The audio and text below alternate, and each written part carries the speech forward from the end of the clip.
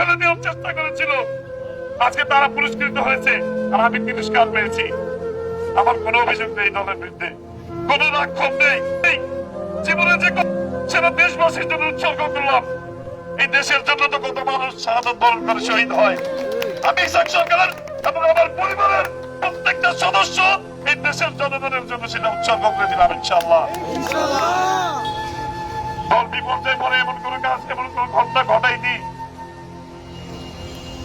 অনেকদিন তো পরিচয় ছিল না এই দলে, আমি একজন পরিচয়বিহীন এই দলের একজন কর্মী। তারপরে আমার উপর সততার সাথে, নিষ্ঠার সাথে, আন্তরিকতার সাথে আমি আমার উপর অর্পিত দায়িত্ব পালন করার চেষ্টা করেছি। দল আমাকে পুরস্কৃত করেছে। কি পুরস্কৃত করেছে? গতকাল চিঠি পেয়েছি, আমাকে বহিষ্কার করেছে। আলহামদুলিল্লাহ, কোনো সমস্যা নাই। আমি জনগণের সেবক হয়ে এই এলাকার জনগণের পাশে থেকে ইনশাআল্লাহ কাজ করবো। এই জন্য এমপি হওয়ার দরকার নেই, আমাকে এমপি হতে হবে এটাও প্রয়োজন নেই। আমি আমার এলাকার জনগণের সুখে দুঃখে পাশে থাকতে চাই। আমার এলাকার জনগণ আমাকে আপন করে নিয়েছে। ইনশাআল্লাহ জনগণের ভালোবাসা দিয়ে সামনের দিনের পথে চলতে চাই। অন্যায় করবো না, জুলুম করবো না, জনগণের হক নষ্ট করবো না ইনশাআল্লাহ। কথা দিয়ে গেলাম। আমি জানি না কি হবে আমার ভাগ্যে, আমাকে এখনই হুমকি দিচ্ছে। গতকাল রাত্রে আমার স্ত্রী আমাকে জানিয়েছে যে তোমাকে নাকি মেরে ফেলা হবে। আমি বলেছি মৃত্যু, জন্ম মৃত্যু আল্লাহর হাতে, যদি কারো হাতে পড়তে হয় আল্লাহর কাছে চলে যাবো। কেউ সারা জীবন বেঁচে থাকবে না। কারো হাতে যদি মৃত্যু নির্ধারিত হয়ে থাকে মেনে নিব, কোনো কষ্ট নেই ইনশাআল্লাহ। আমি আমার অবস্থান থেকে, আমি আমার নীতি থেকে, আমি আমার আদর্শ থেকে এক বিন্দু সরব না ইনশাআল্লাহ।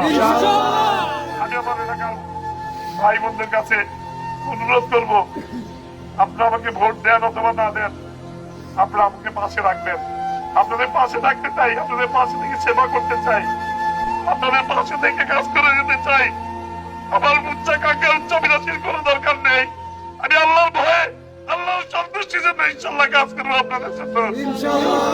আমার পরিবার প্রত্যেকটা সদস্য নির্যাতনের শিকার হয়েছে। আমরা বাড়ি ঘরে থাকতে পারিনি। এই অস্ত্র আমার আনন্দের অস্ত্র, এই অস্ত্র আমার আনন্দের। এই এলাকার জনগণ আমাকে আপন করে নিয়েছে, এই জন্য আমার অস্ত্র।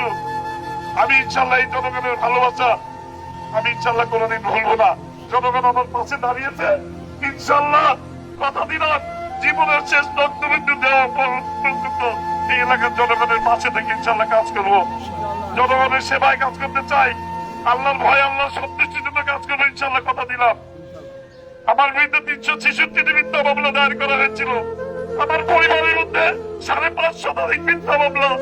আপনারা একটু ভাবুন, একটু দেখুন এই পরিবারটির কি অবস্থা। আমার বাবা মামাই কেস করে জেলখানা থাকা অবস্থায়।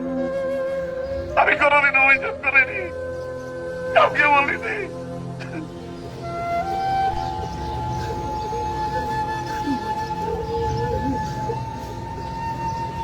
আমার এই অস্ত্র আপনারা ভাববেন না আমি ভোটের জন্য কান্না করছি। আমার এই অস্ত্র আপনার অস্ত্র, কষ্টের অস্ত্র। আপনারা আমার জন্য দোয়া করবেন। আমি আপনাদের এলাকার ছেলে, এলাকার সন্তান। রিমান্ডে ছিলাম দিনের পর দিন, বছরের পর বছর জেলে কষ্ট করেছি। 366টি মামলা নিয়ে প্রতিদিন গাজীপুর থেকে ঢাকা কেনাকাটা আনতে হয়েছে আমাকে। ঢাকার কোর্টে, ঢাকার আদালতে আসতে হয়েছে আমাকে। আমি 10 ঘন্টা চাকরি করে শুক্রবার শনিবার ব্যতীত প্রতিদিন এসেছি এখানে।